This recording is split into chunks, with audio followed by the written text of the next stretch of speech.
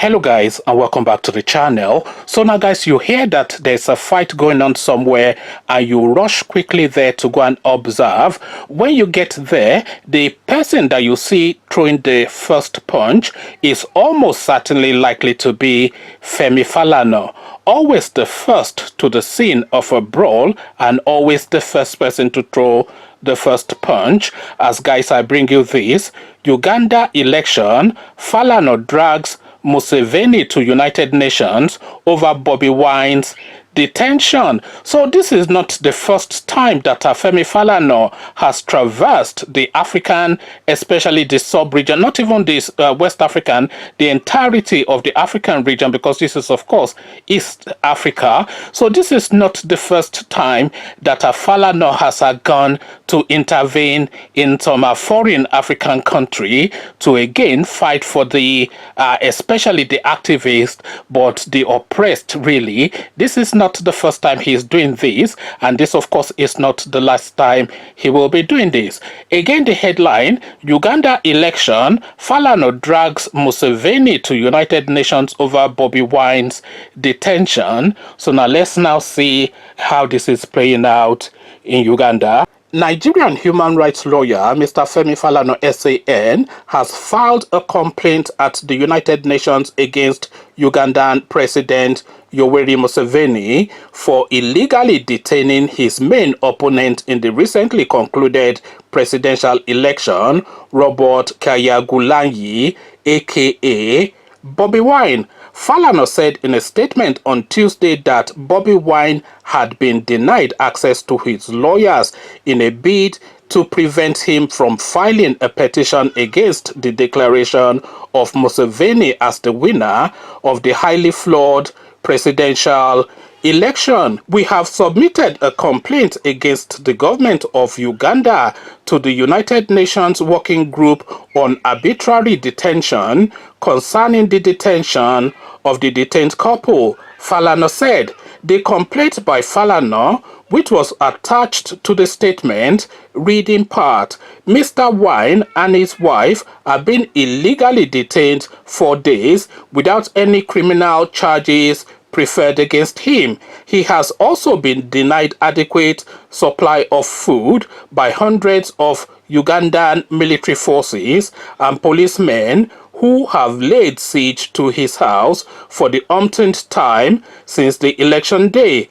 I am therefore seeking an opinion from the working group, finding the house arrest and continuing detention of Mr. Wine and his wife to be arbitrary and in violation of Uganda's constitution of 1995 as amended, and obligations under international human rights law, including the International Convention on Civil and Political Rights and the African Charter on Human and People Rights, to which Uganda is a state party. So this is now the legalese that Falana has now gone to the United Nations to present, quoting of course the constitution of Uganda. So I'm not quite sure if Falana is fully au fait with the constitution of Uganda.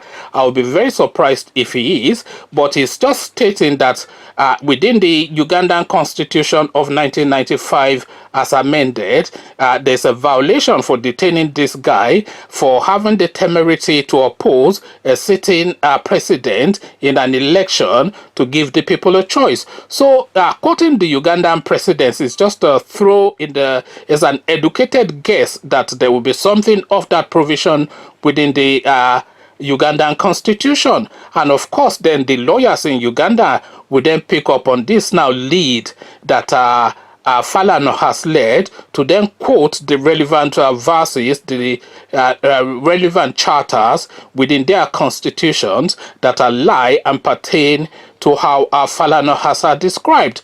But Falana is probably more au fait with the structures of the United Nations, and he has now found within the United Nations structure a working group that particularly leans towards this sort of arbitrariness that is being demonstrated by Museveni and his people, and he has now gone in there to himself lean on that group to take an active stance, because Falana is right. They are detaining what is his name, Bobby Wine.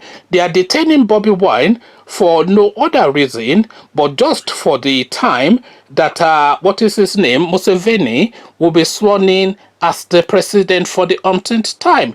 So they're not really looking to kill him, because I don't even think somebody as brutal and as ruthless as Museveni would kill somebody as high profile as Bobby Wine, because the whole of the entirety of the world have their cameras focused on that former musician, now turned politician, Bobby Wine. So the guy is trending all over the world, Bobby Wine. So he cannot move to kill him or anything. Although he was beaten up, Bobby Wine, and his manager was beaten up as well. So you can't really put anything past this Museveni character. He has been brutalizing that country since 1966. Just imagine that, 35 years in government, and is still insisting that he's the best person to chart the path to the future. So if he's the best person to chart the path to the future, what has he been doing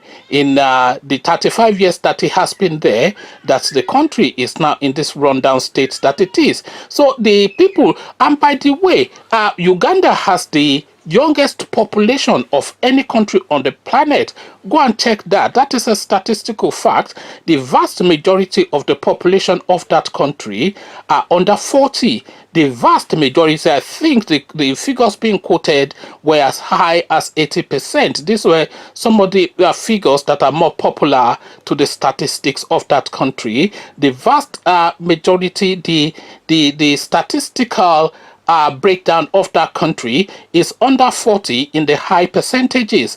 So you have, let's say, 70-80% of the country under 40, and you have a president that is 85-86, and not only that, he has been in the seat, in the presidential seat, for 35 years. So if, let's just go with the high end, if we are saying 80% of the population of our Uganda is under 40, then a good 80% of that country, the oldest of them, would have been 5 years old when this guy became president, and is still there. So if he then carries on, so a 40-year-old man, no matter how much you try to pretend, if you are not middle-aged, then you are certainly on the cusp of being a middle-aged man. So from being 5 years old to being middle-aged, a lot of, in fact, the majority of the Ugandans, they've not experienced anything other than this Museveni. And the Museveni that they've experienced for that 35 years is this now demonstration that we're seeing again, Buhari style. So he appoints somebody to sit in some so-called electoral commission to on election day announce himself as the president, and whoever he's appointed as the election crook, he gets his own bag, and he walks away with his dollars to Dubai or whatever, and that is the end of the matter. That is the fate of that country, sealed for another 4-5 years. The same system, of course, that we have in Nigeria. So we're in no position to mock or to look down on anybody. We all saw what happened in Nigeria in February 2019. So, and this, by the way, is why because somebody like Museveni now, a country like Nigeria should be able to call him to order, because Nigeria is the powerhouse of that continent. But what mouth does Nigeria have to call anybody to order, when we saw what happened in February 2019, when they just wrote results and declared people into offices? So this is now what is repeating in Uganda, and Femi Falana was at the front charge in that particular February 2019 fiasco that we had in Nigeria, and is leading the charge again now in Uganda. Come share thoughts. Wherever there is a fight going on, the first face you see and the first fist that you see flailing is oftentimes Femi Falana's. So Femi Falana goes to Uganda again to champion their cause. What says you? Click on the red subscribe button so it turns grey. The bell button notifies you every time I drop a new video. Click on like as well because that helps with the YouTube algorithm. Once you've done all the clickings, Femi Falana is in Uganda fighting, but what are you making of it? So I'll leave you here. Carry this conversation on with you in the comment section, but here I say peace.